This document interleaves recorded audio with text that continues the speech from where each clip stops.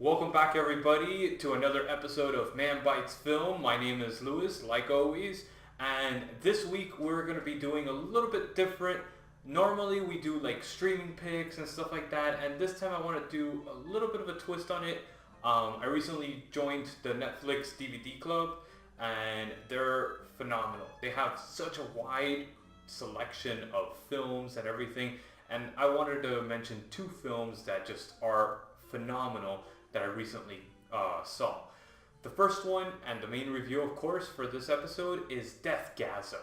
This is a 2015 horror comedy to the style of Idle Hands, but with death metal.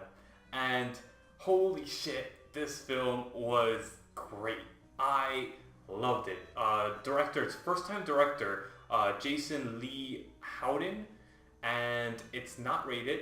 It's a New Zealand production, and it runs about scant 86 minutes. And this guy, he had only done like visual effects for major motion pictures like The Hobbit, Avengers, Man of Steel, Prometheus. I mean, the guy has a freaking awesome resume for special effects, but never anything really directed. And he did a stand-up job for this film. It basically follows this losers in New Zealand or Australia. I'm not actually familiar or sure which, where it actually takes place. If I'm not mistaken, it is New Zealand completely. But it follows these group of teenagers, outcasts type of thing, that the guy is basically like into really like heavy duty metal, just really like screamo metal. And he's basically the outcast. He ends up moving in with his cousin that's a total fucking douchebag, and he basically treats him like crap, even in school and everything. So he basically is like the outcast, and he finds another outcast in the local music store and decides to start a metal band. And he names the band Deathgasm. And he forms it with two other nerds that are very like much outcasts in the school, and then the guy that he met in the records store. And the record store guy, he's sort of like, he ended up getting kicked out of high school. You find that all out, and he finds out that there's one of the most famous death metal bands from the country actually rented a house to escape from everything in this weird like X-Files twist of events. They find the house and they steal the record that he's holding before he gets killed by some crazy mafia looking thing, which is freaking hilarious. That scene is just priceless scene, and you have to watch this. And then the record actually opens the gates of hell for this demon to come out and possess the humans of the city that he's in. And he basically, this group of people, sort of like a cult, they're trying to help the demon awaken and take over all the bodies and come to Earth, basically. And these guys are like, oh, what the heck, they called all the demons, and all the humans that they know get possessed, except the members of the band, and of course the cult. For a crazy, turn of events, of course. Also, the love interest doesn't get affected either. But it was kind of weird and all that stuff. But it turns very quickly into like a zombie apocalypse movie, and just priceless scene after priceless scene after priceless scene. I give this an 8 out of 10, and this was actually recommended by a person that I was like, wow, this is phenomenal. I love this film. I really do. And it's a great choice. It's just so good in so many different ways. If you liked Evil Dead, if you liked Idle Hands, if you like those type of movies, you will love Deathgasm. Just to give you an idea, the tagline for this film, "The road to hell is paved in metal." That's the tagline to the film. And it features a lot of really good metal music. So if you're into that too, you really enjoy this. So yeah, that's pretty much the selection for this week. Phenomenal pick. It's definitely worth sending away for, because it is just hands down hilarious if you like that type of horror movie. So I don't believe it's streaming on any other platform currently, but it's really worth either buying or sending away for. I think purchasing it's about $10 or so, but it's well worth it. It really is, if you're especially a fan of metal or Evil Dead. So, and like always now, I'm going to go into our feature artist. I want you guys to check these guys out, of course. The website, again, is geckofilmproduction.com. I'll have a little quick, basically, summary of the band, bio type of thing, and also their website and link to all that stuff on the website. And, of course, you have access to all our reviews that we've done so far. And without further ado, our feature artists this week. Enjoy.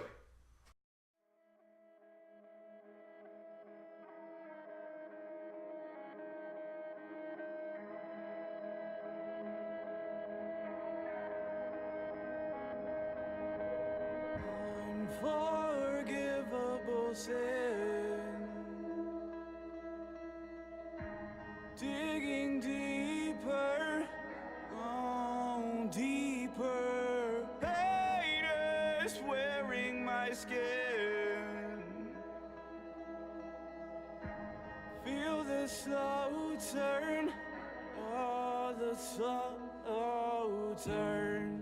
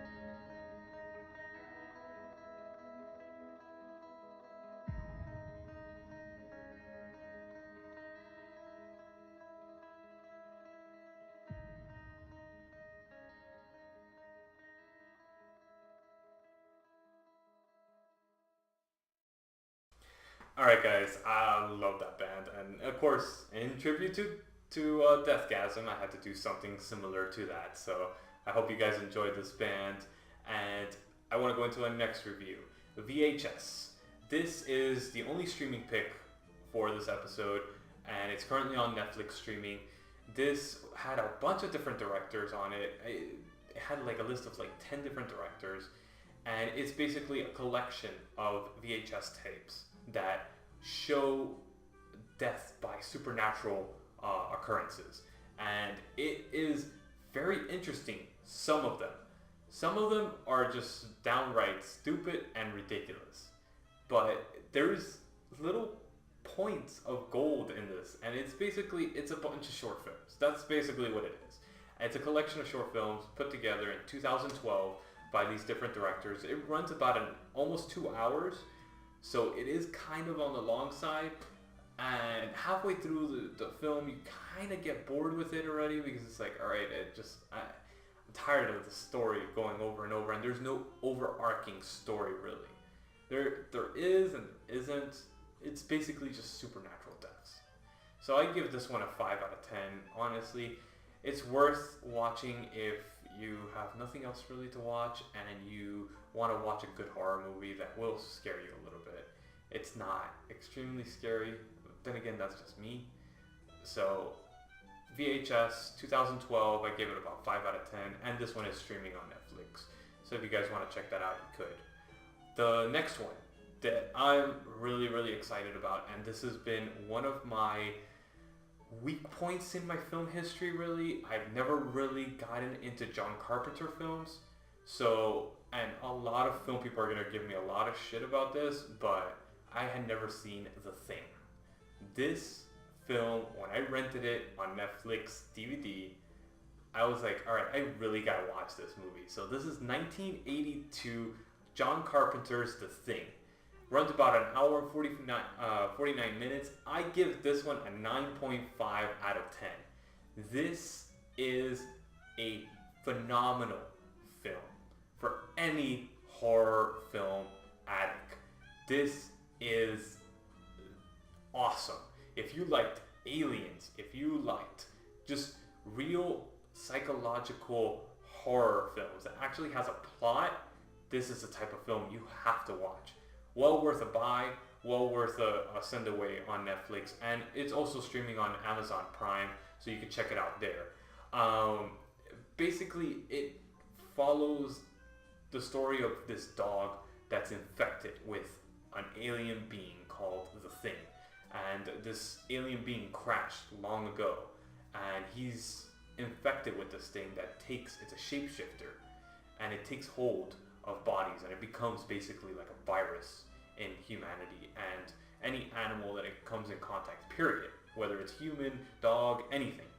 So it becomes this kind of like struggle amongst themselves because they're all in Antarctica in this isolated base, and it develops very quickly into a very like clutterfuck of action, horror, and just suspense because you have no idea what's gonna happen.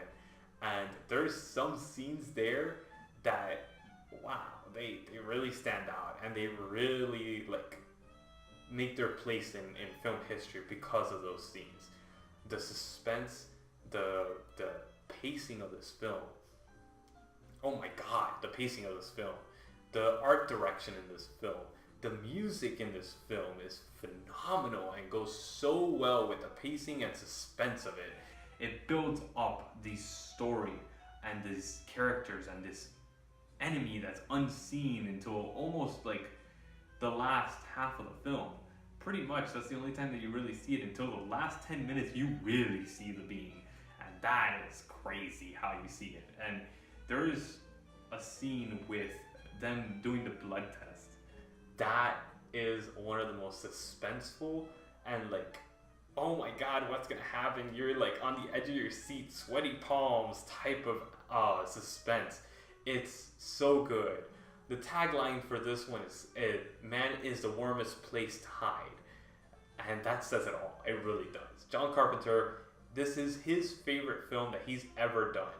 And also on top of that, this is actually a little fun trivia fact, I guess, of the film. In Antarctica, every June 21st, which is the midsummer festival that they do, and ironically my birthday, they do a tribute to this film, and they actually show this in the festival every year on June 21st, which is just so cool.